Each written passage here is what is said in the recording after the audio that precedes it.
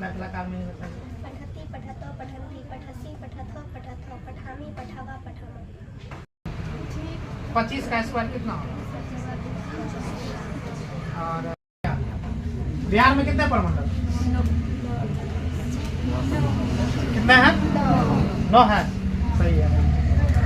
पूर्णिया प्रमंडल में कितने जिले हैं बताइए, कोई बताइएगा? नहीं, पूर्णिया प्रमंडल में कितने जिले हैं? 4 जिले हैं।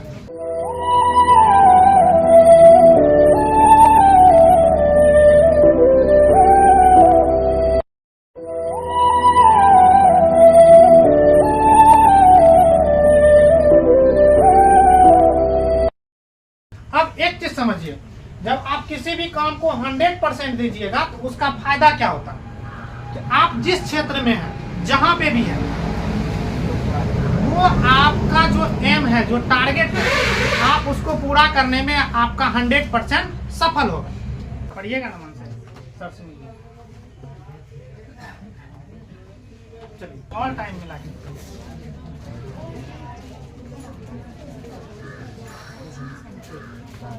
7 घंटा, थोड़ा सा और बढ़ाने का प्रयास कीजिए, ठीक है?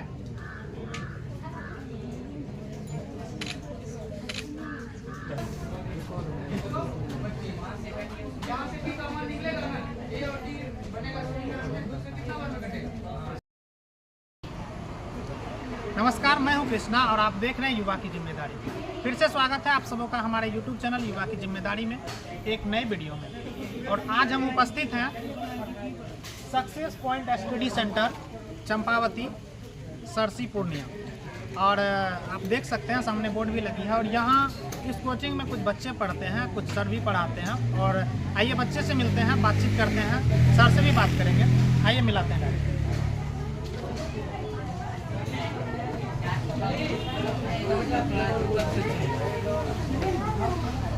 दिखाइए, ये रहा क्लासरूम, तो अच्छा से दिखाइए।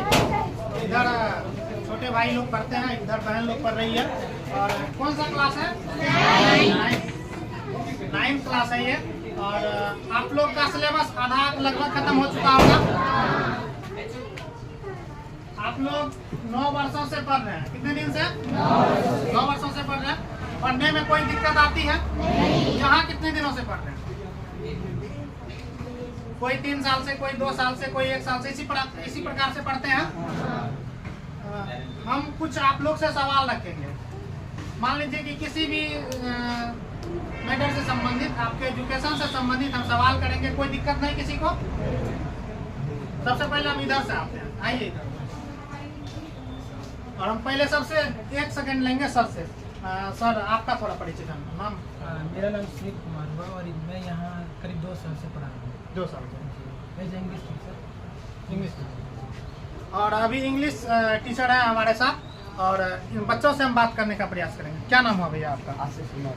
आशीष। और आप हमको एक छोटा सा सवाल बताइएगा, घबराइएगा नहीं ना? 5 + 5 / 5 कितना होगा? यानी 5 जोड़ 5 भागा 5 कितना होगा? 5 होगा। बैठिए आप, ध्यान में रखिएगा। आप बताओ बहन कितना होगा? कैसे होगा 5? थोड़ा हमको बताओ। 1 कैसे होगा?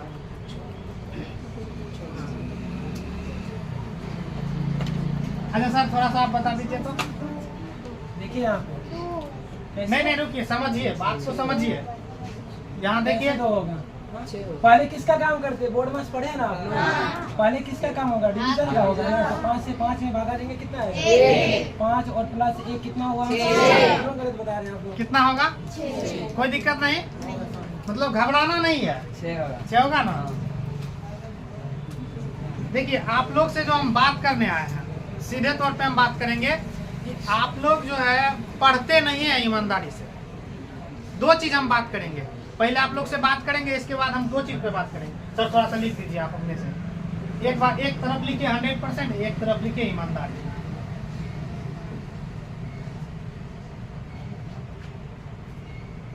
बैठ जाइए, मान बैठिए। हम इन्हीं 2 चीजों पे आप लोग से बात करेंगे, ठीक है? कोई दिक्कत नहीं है? अच्छा आप थोड़ा सा हमको बताइए, समझना को इंग्लिश में क्या कहते हैं?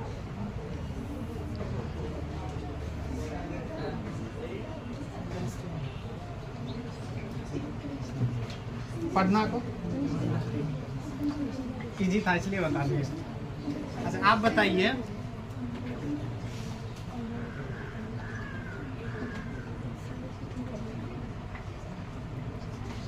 मैं पढ़ता हूँ, इसका संस्कृत में क्या ट्रांसलेट होगा?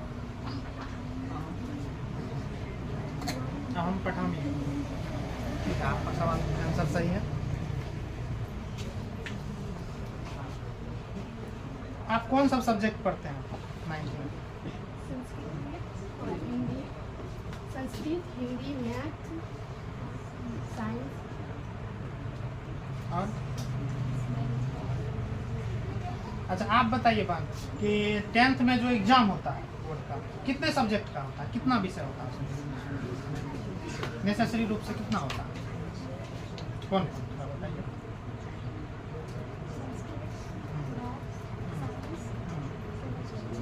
केमिस्ट्री साइंस में ही आता है। बोलिए। अच्छा आप बताइए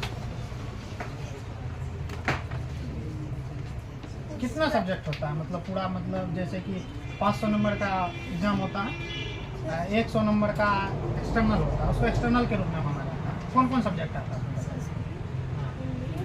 साइंस, हाँ। सोशल साइंस, मैथ, और छोटा भी कुछ? ठीक है, बैठ जाइए। 25 का स्क्वायर कितना होगा? 22 गुना 22 कितना होगा? अच्छा ठीक। आप बताइए हमको, आप क्या किस सब्जेक्ट में इंटरेस्ट रखते हैं? संस्कृत में। संस्कृत में आप हमको बताइए कितने लकार होते हैं?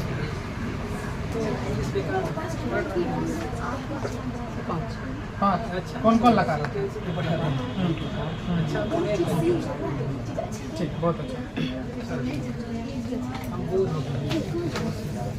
अच्छा गच्छति सुने हैं, क्या होता है, इसका मूल धातु क्या होता है? और हम जो ये गच्छति बोले, ये कौन सा लकार में आता है?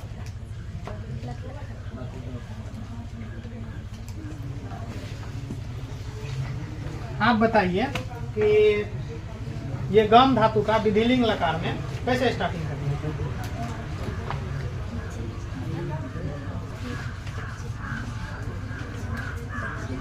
हम लोग का संस्कृत में क्या बोलते हैं? हम लोग को संस्कृत में क्या बोलते हैं? वयम। तुम दोनों को?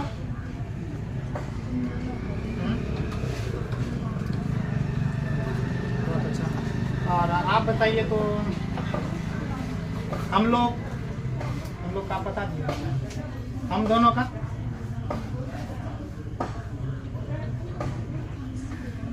जोर से बोलिएगा थोड़ा सा।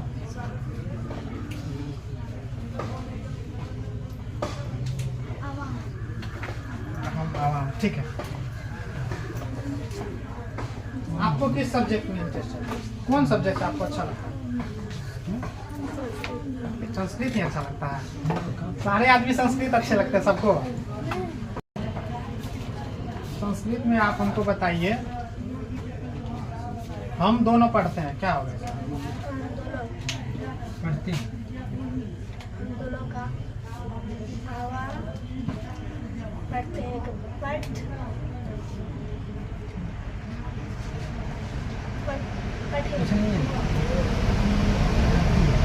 इसमें हम दोनों के साथ क्या लगेगा? तो धातु रूप याद नहीं है? बताइए तो पढ़ धातु को लकार में बताइए। पठती, पठतो, पठन्ति, पठसी, पठथो, पठथो, पठामी, पठावा, पठामा। मिडिल में 2 बार था बोलिए, इसका क्या मतलब हुआ? एक तो में मध्यम में एक दो वचन में थॉम में विसर्ग लगेगा, उसके बाद बहुवचन में विसर्ग। उच्चारण तो आपका सेम था। पठती, पठतो, पठन्ति, पठसी, पठथो, पठामी, पठावा, पठामा। ठीक है। आपको किस सब्जेक्ट में अच्छा लगता है? समकोण त्रिभुज किसको कहते हैं?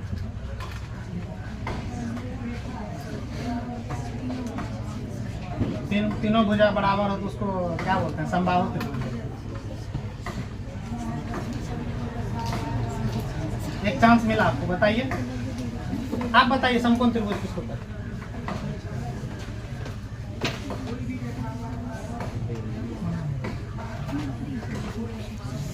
अच्छा, समकोण क्या होता है? ये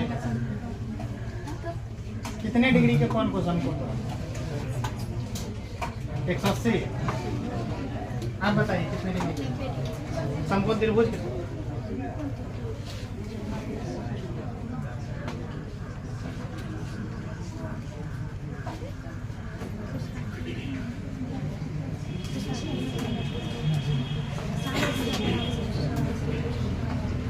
अच्छा, एक चीज बताइए, किस त्रिभुज का तीनों एंगल यानी तीनों कोण बराबर होता है? आप बताइए किस त्रिभुज का तीनों कोण बराबर है? समकोण त्रिभुज। कोई बताइएगा कौन त्रिभुज का कितना डिग्री होता है?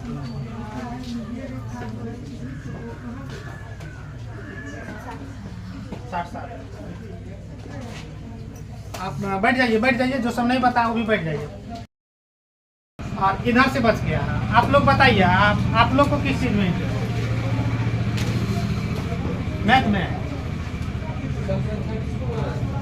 3 का क्यूब कितना हो?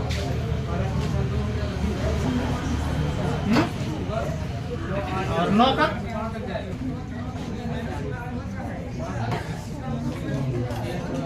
9 का 81। 9 का स्क्वायर कितना होगा? क्यूब कितना होगा?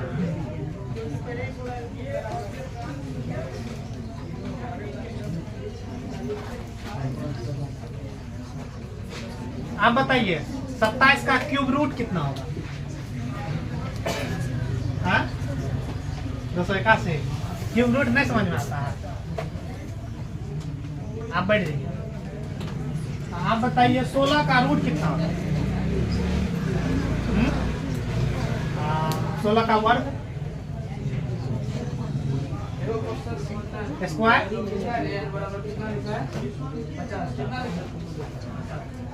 मतलब बोल रहा है 0 और कितना है 50, इसके बीच में बोल रहा है बीच का मतलब क्या होगा? इसके बीच में आप बताइए आप किस प्रमंडल में रहते हैं? तो पहला संख्या हम लोग का 2 हो जाएगा, दूसरा संख्या जोर से बोलो। उसी प्रकार ऐसे करते करते कहाँ तक जाएगा? 48। ये गांव का नाम हुआ, प्रमंडल पूछ रहे हैं, प्रमंडल। 0 और 50 के बीच का मतलब आप बताइए किस प्रमंडल में? अगर 0 से 50 तक होता तब हम लोग 50 में जाएंगे। आप बताइए। अब यहाँ से 2 4 6 बराबर कितना हो जाएगा? कोई जानता है किस प्रमंडल में रहते हैं? आप जानते हैं किस प्रमंडल में रहते हैं? पूर्णिया। धमधा कौन बोले हैं? आप बोले हैं। आपका अनुमंडल कहाँ? प्रमंडल धमधा। प्रमंडल क्या होता है समझ में नहीं आ रहा?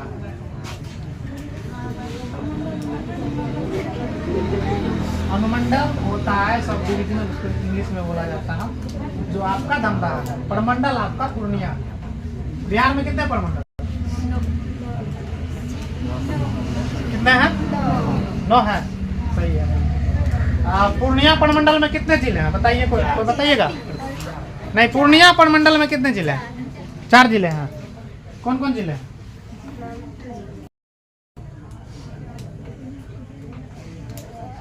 पूर्णिया, अररिया, किशनगंज, कटिहार। ठीक है। देखिए अब आप लोग से वार्तालाप को हम खत्म करते हैं और जो हम समझाने का प्रयास कर रहे हैं उसको थोड़ा गौर से समझिएगा।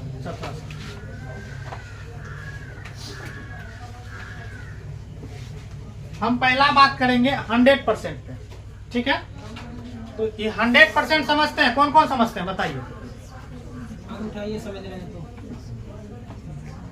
जैसे देखिए, जैसे आप किसी के यहाँ गेस्ट के रूप में गए, ठीक है, तो आपको पहले चाय मिला। क्या मिला?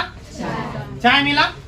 तो चाय जो हो गया वो आप मान लीजिए कि 5% है। थोड़ा देर रुके, इसके बाद आप लोग को नाश्ता मिला। नाश्ता मान लीजिए कि 20% है। तो 5 + 20 कितना हो गया? 25। और थोड़ा देर और रुके, आप लोग को खाना मिल गया। तो मान लीजिए कि खाना 75% है। इसके बाद और कुछ होगा? नहीं। ठीक है। 75 हम नहीं मानेंगे, इसको 70 ही मानेंगे। ठीक, 5% बचा। 5% जो ये आपका बचा, कोई आदमी गुटखा उटका खाते हैं, आप लोग नहीं खाइएगा, मतलब स्टैंडर्ड लेवल का बात करें, या गुटखा नहीं खाते हैं, थोड़ा सा सौंफ सुपारी ऐसे होता है ना, जो अतिथि के रूप में मान रहे हैं, तो वो 5% मान लीजिए, तो 100% हो गया। समझ रहे हैं? तो इसके बाद और कुछ होगा? नहीं होगा। तो ये अपने आप में 100% हो गया। यानी कि आप ये शॉर्टकट में समझिए कि अगर आप कंप्लीट रूप से खाना खा चुके हैं, भोजन कर चुके हैं, तो आप 100% भोजन कर चुके हैं। अगर चाय पिए हैं, नाश्ता किए हैं, तो 5%, 10%, 20% है। तो ये 100% जो है, ये आपके लाइफ में बहुत मायने रखता है। ठीक है, 100% आपके लाइफ में इसलिए मायने रखता है कि आप अभी जिस जगह से गुजर रहे हैं, आप अभी शिक्षा ग्रहण कर रहे हैं, घर में खाना पीना खाते हैं, मतलब अपना जो दैनिक दिनचर्या है, उसके बाद आप लोग शिक्षा ग्रहण करते हैं, पढ़ने आते हैं, घर पे भी पढ़ते हैं, स्कूल जाते हैं, जो भी है। अभी आपका लाइफ सिर्फ शिक्षा के क्षेत्र से जुड़ा हुआ है। किसके क्षेत्र से? शिक्षा। जब आप गृहस्थ जीवन में प्रवेश कीजिएगा, मतलब आपके मम्मी पापा आपके ऊपर से मतलब कि अपना खर्च देना बंद कर देंगे, आप अपना खुद का कमाइएगा, खुद का आपका एक लाइफ होगा, तो इस क्षेत्र से आप बिल्कुल दूर होते जाइएगा। अगर आपको इंटरेस्ट भी रहेगा तो आप 1 घंटे पढ़िएगा, 2 घंटे पढ़िएगा, धीरे धीरे आप इससे दूर हो जाइएगा। समझ रहे हैं बात को? तो आपका जो अभी वर्तमान में स्थिति है शिक्षा को लेकर के, आप शिक्षा को 100% देने का प्रयास कीजिए। मेरा कहने का यही मतलब है कि आप शिक्षा के क्षेत्र में सिर्फ चाय मत पीजिए, बिस्किट मत खाइए, खाना भी खाइए। समझ रहे बात को?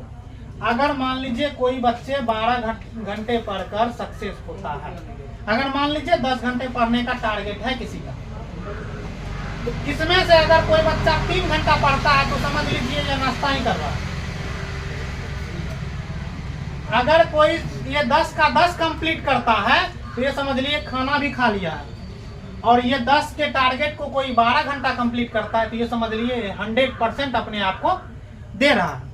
अब एक चीज समझिए, जब आप किसी भी काम को 100% दीजिएगा तो उसका फायदा क्या होता है कि आप जिस क्षेत्र में हैं, जहां पे भी है, वो आपका जो एम है, जो टारगेट है, आप उसको पूरा करने में आपका 100% सफल होगा। मान लीजिए कि किसी गाय की कीमत 10,000 रुपए है, ठीक है, 10,000 रुपए है, इसका 100% 10,000 हुआ। अगर आपके पास 9,000 रुपए है, 9,000 रुपए है, तो फिर भी आप 1,000 रुपए से कम है, यानी 90% है, क्या आपको ये गाय मिलेगी? मिलेगी? तो आपको अपने टारगेट पूरा करने के लिए 100% में आना ही पड़ेगा। ठीक है, तो आप लोग समझ गए 100% का भली भांति क्या अर्थ होता है। यानी कि आप अभी जिस जगह पे हैं, शिक्षा ग्रहण कर रहे हैं, या मान लीजिए कि खाना खा रहे हैं, या कुछ भी कर रहे हैं, या 1 घंटे इंटरटेनमेंट के लिए खेलकूद भी कर रहे हैं, दौड़ रहे हैं, या मॉर्निंग वॉक कर रहे हैं, तो आप अपने आप को ईमानदारी के साथ 100% उस काम को करने का प्रयास कीजिए, ताकि कल के डेट में आपके साथ कोई भी परेशानी नहीं हो। समझ रहे हैं आप? जैसे आप मान लीजिए कि कोई बच्चा सोचता है कि हम 10th में पढ़ेंगे, 10th का बोर्ड का एग्जाम होता है, तो हम 10th का जो सिलेबस है उसी को पढ़ेंगे। आप गौर कीजिएगा, जो आप 10th में पढ़ रहे हैं, इसका स्मॉल रूप आप 8th क्लास में पढ़े होंगे, सही है कि नहीं है? जो आप 9th में पढ़ रहे हैं, उसका लार्जेस्ट मोड यानी कि इससे थोड़ा सा बड़ा करके आपको 11th में पढ़ने के लिए मिलेगा। और आप जो 1 से लेकर के 11th, 12th या ग्रेजुएशन तक पढ़िएगा, वही आपका कंपटीशन होगा, उसका थोड़ा सा मॉडिफाई होगा। समझ रहे बात को? थोड़ा सा मतलब कि लिख से चेंज करके दिया जाएगा, जैसे घुमा के सवाल कर दिया जाएगा, किसी भी चीज को सीधा तौर से नहीं दिखाई देगा। जैसे यहाँ से डायरेक्ट आपको इस जगह से हम डायरेक्ट सैटेलाइट द्वारा पूर्णिया की दूरी देखें तो कुछ और दूरी होगा, लेकिन अगर हम रास्ते से जाएंगे तो यहाँ से मीरगंज होके जाएंगे या तो सरसी होके जाएंगे, डायरेक्ट वे में नहीं जा सकते हैं। ठीक है, तो आप लोग को मेरा कहने का यही मतलब है कि आप जिस जगह पे हैं, जहां भी पढ़ रहे हैं, 100% अपने आप को टाइम दीजिए। सर से समझ लीजिएगा कि एक बच्चे को सक्सेस होने के लिए मिनिमम कितना टाइम पढ़ने की आवश्यकता है। और इसके बाद आप लोग खुद समझदार हो चुके हैं। हम 15 वर्ष 14 वर्ष 12 वर्ष जब होता है बच्चे का, तो मेंटलिटी 100% डेवलप होता है और उसके आधार से काम करने का प्रयास आप लोग कीजिए। अब इसके बाद हम आते हैं ईमानदारी पे। ठीक है, आए दिनों आप सुन रहे होंगे कि बिहार में लगातार पुल गिरता है। ठीक है, किसी को जमीन होगा, पापा जी बोलते होंगे कि मोटिशन करवाने गए, सीओ 10,000 रुपये हमसे जो है घूस ले लिया। ऐसा सुनने को मिलता होगा, न्यूज में छपता होगा। ऐसा स्थिति आप लोग देखते होंगे। दुनिया के किसी भी क्षेत्र में आप जाइए, ऐसा नहीं है कि हर लोग जॉब ही करेगा। किसी भी क्षेत्र में जाइए, मान लीजिए कि कोई मेरा छोटा भाई गैरेज खोल दिया कल के डेट में, तो गैरेज में अगर इसका 10 रुपये खर्च है तो ये 10 के बदला 100 वसूल रहा है, तो ये 90 रुपया नाजायज नहीं। इसका मेहनताना के रूप में अगर ये 10 के बजाय 30 तक लेगा तो ये चलेगा, 20 तक लेगा तो ये चलेगा।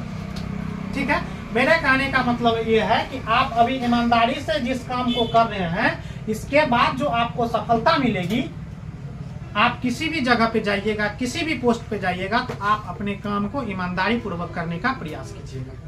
इससे क्या होगा, हमारा राष्ट्र, हमारा समाज उभरता हुआ आएगा। समझ रहे हैं बात को? समझ रहे हैं? अगर आप मान लीजिए कि आप एक इंजीनियर हैं, ठीक है, इंजीनियर है, आपकी सैलरी 1 लाख रुपए है, आपको पुल का मतलब कि निरीक्षण करने के लिए दिया गया, निगरानी, आप उसमें जो भी है वो आप पास कीजिएगा, उतना आपको पावर दिया गया। आप क्या करते हैं कि 5 करोड़ का मान लीजिए टेंडर है, आप 2 लाख रुपए लेकर के उसको गलत तरीके से बनवा देते हैं। आप रिजल्ट देख रहे हैं, कई बिहार में कई सारे पुल गिर चुके हैं। तो ये आप करने का प्रयास नहीं कीजिए कि ये जो 5 करोड़ रुपए है, ये जो 5 करोड़ रुपए है, ये हमारे पब्लिक का टैक्स का पैसा है, आपके यहाँ का, मेरे यहाँ का, आपके हमारे पब्लिक का टैक्स का पैसा है।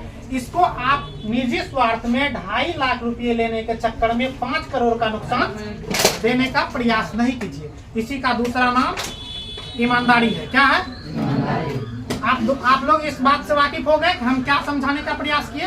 पहला तो अपने लक्ष्य को 100% देना है। जैसे खाना खा रहे हैं तो पहले दिमाग रहे कि 100% खाना खा लें, पढ़ाई कर रहे हैं तो 100% पढ़ाई कर लें। अभी आप लोग का मूल रिलेशन जो है शिक्षा क्षेत्र से है, तो शिक्षा क्षेत्र को 100% दीजिए। और फ्यूचर में आप अच्छे जगह पे पहुंचते हैं तो आप ईमानदारी से काम कीजिए। ठीक है, कोई दिक्कत नहीं। आज के लिए इतना ही, फिर कभी मिलेंगे तो बातें करेंगे।